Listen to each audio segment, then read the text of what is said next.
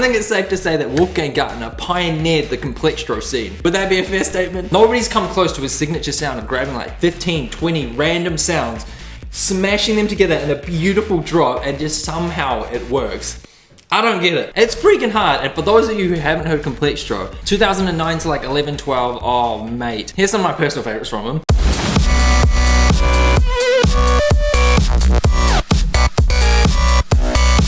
Oh mate.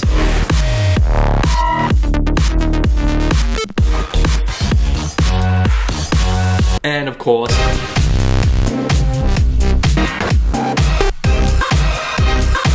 how did bro make it work? I just don't know. I've been trying my best. I've just been breaking down all different elements and being like, okay, this is what he did here, this is what he did here. I'm gonna show you the steps I took to creating my own kind of Complextro 2010 sound.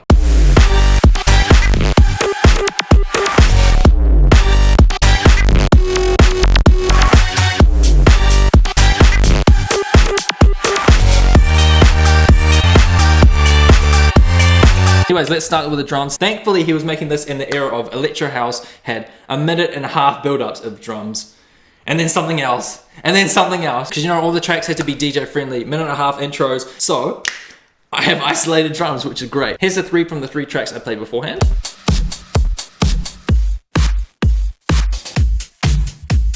None of them typically have like really low sub bass for the kicks, and the claps aren't really claps, they're kind of snares.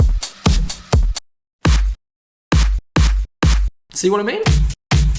That's definitely snare heavy. So with my drums, I actually pitched them down quite a lot because I didn't have any of those classic. I probably could have just downloaded a Vengeance sample pack and got the exact kicks and snares and whatnot, but yeah. Anyway, I didn't have like drums that were typically low enough, but not sub bass low. So I did a lot of EQ cutting on the sub bass, but the kick drums weren't low enough. So as you can see here, -8 semitones. Nah, that wasn't gonna cut it, so I had to go way lower, -8 semitones. Kind of gives it that Electro House aesthetic sound. A little bit of a boost with a transient click here, and then we got our kick drum. Snares.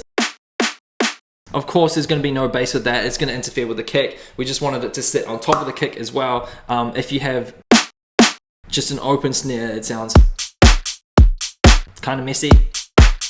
Blends it in a lot more. So EQ cuts all around, baby, and a little bit of a clap as well. That sounds very pitched down. Yeah, also -8.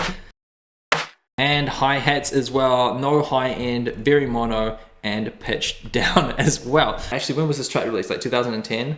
Yeah, 14 years ago. As a society, we've pitched our drums up so much now. We want them fast, direct, and tight. Old school days, didn't give a fuck. It's just, it's happening. That sounds gangster. So, fucking gang. Anyway, that is the drums. Of course, it is saturated on the groove. Moving on to bass. Now, there is a lot of bass going on in his drops, so we want a particular one that we can milk over and over again, and that is typically like a saw wave with a bit of distortion on it. And if you see the steering patch right here, saw wave -2. Why did I put a sub on it? I can't remember why. Anyway, put a sub on it because that's also gangster. And yes, too clean. Way fatter, mid scoop, a little bit of saturation, and of course side chain to that kick and snare. At this point, I started coming up with random ideas, just like initiating MIDI control on my laptop. And I think I literally, for this bit, set the metronome going. Try to come up with ideas like this. Just tap the keyboard. You can notice on my MIDI here, I don't deviate from the G that much. Go down to F sharp and then back up to the G. Learned this from his actual drops over here. I tried to recreate some bass MIDI and to see what the hell the bass was doing. This is when the main kind of saw wave basses are happening. Da-da-da-da-da, drop down, da-da-da-da, drop down, and then of course the last refrain bit, which we'll get into in a second. Firepower as well. Main note, drop down, da-da-da-da-da, drop down quite a bit. Da-da-da. So it kind of deviates. You have your main root note and then you go down just a little bit sometimes like that. And so once I had a kind of progression going, quantize that so it's way better, not my shitty playing. And then added the bass with the drums. Sidechain doing bits as well. Like I was saying before, this refrain bit, you got to just jam up that bass note a few frequencies and then create some kind of chord magnificence. That's, I would say a key with the old electro house / Complextro sound is adding in the 3rd 16th right here. So if I just bring that back to the beat there, doesn't sound quite good. You want to jam this note right before the snare happens there. Very classic Wolfgang Gartner thing to do. Yeah, these refrains sections, you gotta balance the melodic with the bass craziness. Where's Firepower's one? There, and saw waves, organs. I should have used an organ on this actually. That would have been gangster. That's kind of the refrain for that one. Yes, you needed a little bit of extra spice at the end. Bounce it up a few semitones in the scale and then create some shenanigans. What I would recommend is descending, or I mean, that actually works. Yeah, stick with a couple of notes that are close together in the scale. I reckon that works really well.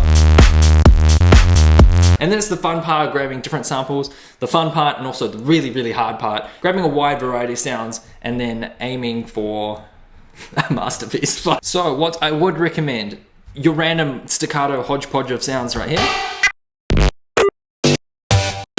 So that's kind of like the only bass in that, random kind of stabby sounds, tonal melodic kind of effects like that. Lasers, more stabs. Like a long ambient choir kind of sound. This is going to be our refrain at the end. Sub drop, got to have at least one sub drop for this. And a siren, which you could just chuck in to complement some saw wave action. And then vocal chop. I don't think Wolfgang Gartner used a little bit of vocal chops, but it was working well for me, so I was like, it's going in.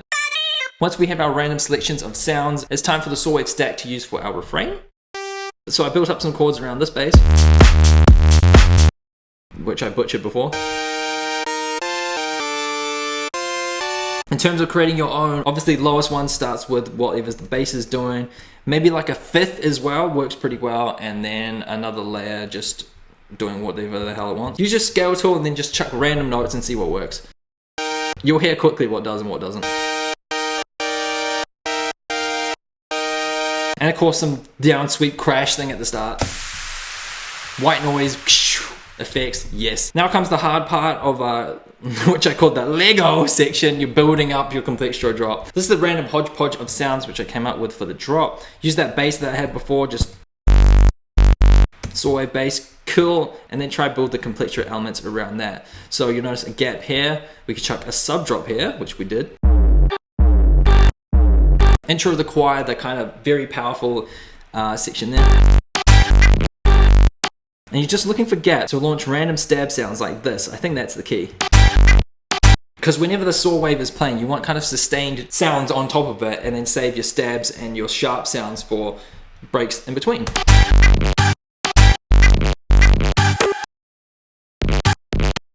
Break from the bass here. We're going to introduce a new bass here, which is cool. And then a massive break from the bass here, and then we're just going to try and get our inner Wolfgang Gartner.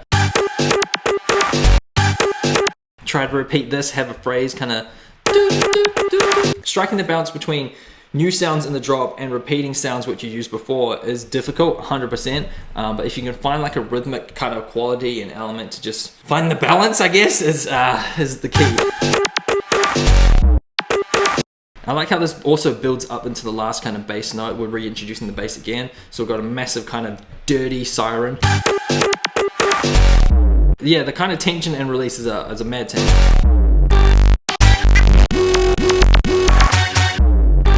Kind of repetitions, and then this big refrain. Of course, we're missing our stack there. So everything just glues together. It's like the gates of heavens open up and just like, oh, there we go. Spectrum bliss. All frequencies are just jamming. And you can chuck your atmospheric sustained sounds right at the end as well. And of course sidechain that. Maybe you didn't need that vocal chop. Thought, why not? Extra bit of variation. And all together, drums are punching. We've got our saw bass here. We've got our stack sound. Got a stack saw wave. A little bit of chorus and dirtying up.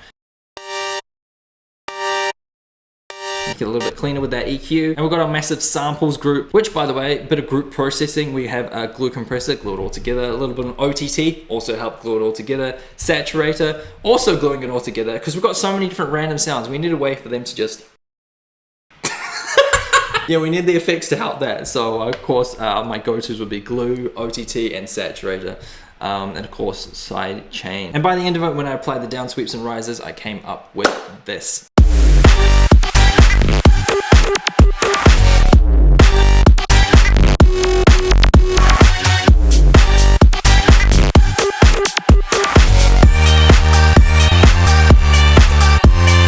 Yeah, hopefully you'll be proud of Wolfgang Gartner. I tried real hard with that. Oh, that was a mission and a half. I think I went through like 3 or 4 iterations of like different rhythms of sounds and samples for this. Until I settled across that, I was like, oh, this is a good blend of like repetition, new sounds. Can I make it work? And then somehow I did. I've still got a lot to learn, but that's what I did learn from dissecting those tracks. My 3 favorite COMPLEXTRO tracks from the man himself, Wolfgang Gartner. And yes, this was a lot of fun. All right, see you guys in the next one. Peace.